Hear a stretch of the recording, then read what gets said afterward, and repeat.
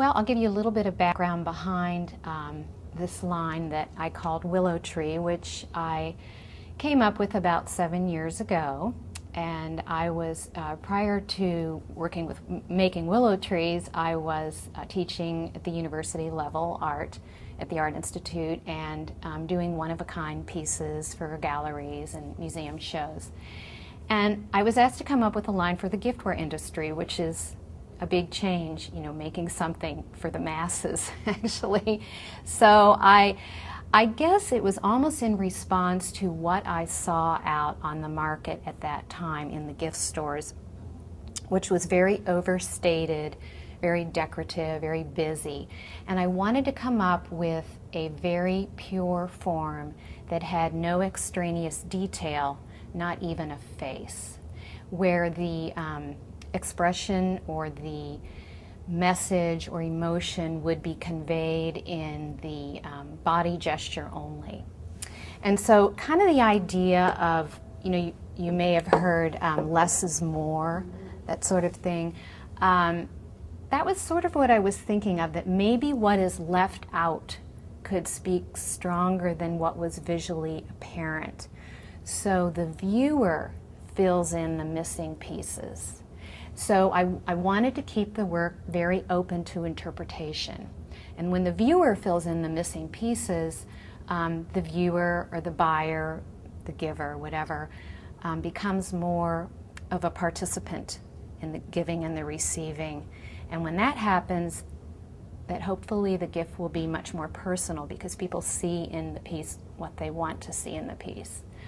So really keeping the work, the pieces open to interpretation was a big part of what inspired me to do Willow Tree.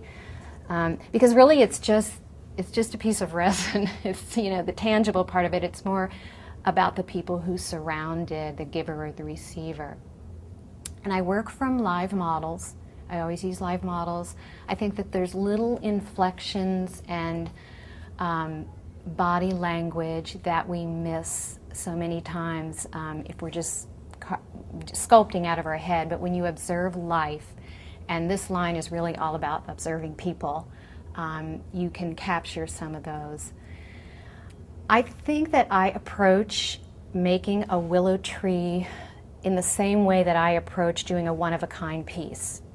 Even though I know it's going to be molded off of my original carving and then distributed to thousands of people, I don't think of it as making something for the masses. I try to approach it the same way I do one-of-a-kind piece. And so there has to be sort of a personal connection there. And I think since I do use live models, I usually use the people that surround me, my family, my friends, relatives, and so you can't help but be influenced by, you know, say your children, whatever stage they're at, or your nieces or nephews. So that's kind of a personal connection.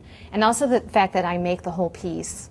I don't send a drawing over to another country where it's manufactured and then another sculptor reinterprets my interpretation.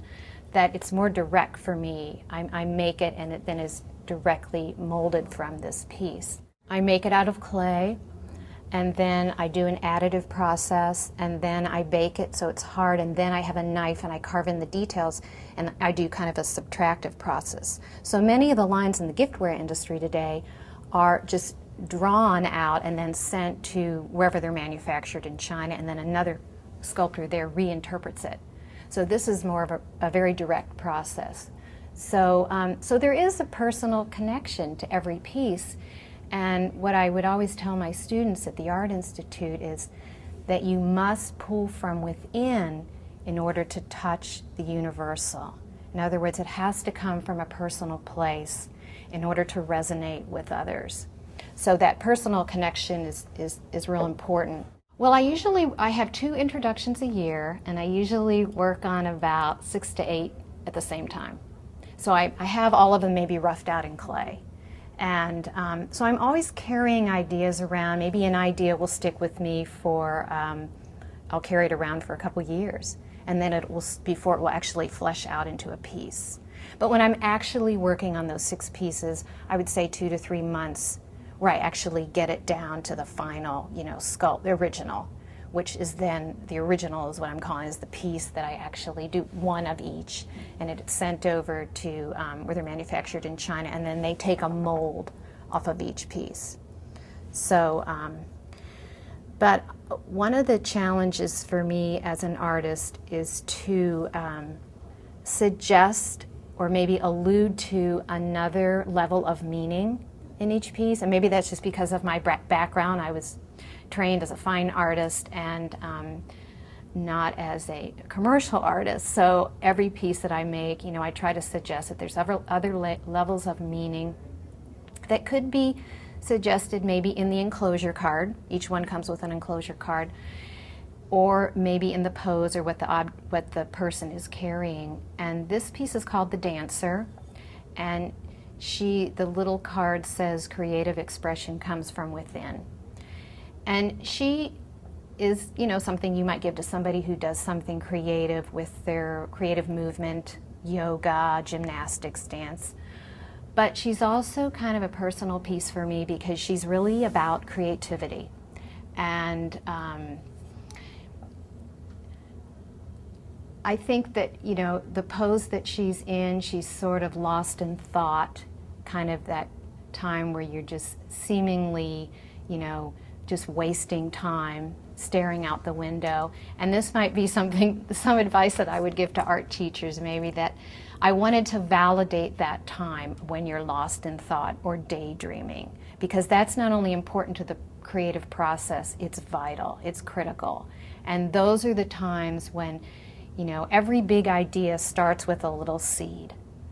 And that's how Willow Tree got started, just playing around, daydreaming, doodling, that sort of a thing. So my advice to art teachers would be, if your students are staring out the window or lost in thought, that might be good. You know, that's okay. It's okay to daydream. Well, I certainly loved my art classes. I didn't get to take as many as I wanted to when I was in high school. English and math and all that. Because they took, yeah. But I knew deep down that I would someday. My dream was to get my Master of Fine Arts, which I did in the 90s, and that was a 3-year program that was very intense that I had to throw myself into full time. And so, but I enjoyed the process because I just like making things. So it wasn't really a means to an end to me. It was more, I just loved the process of making things. I would say in high school, Margot Hebert taught painting, and she taught a painting class that I took, and I loved her class because she took art seriously, and I did too, and it was so nice to go in an art class where she didn't put up with people goofing around. And so I sort of thrived in there. I really enjoyed, and she would always give me magazines after class that were about different artists because she knew I was interested, and so I would read up on things kind of on the side, and I appreciated her taking an interest in what I was doing, so yeah.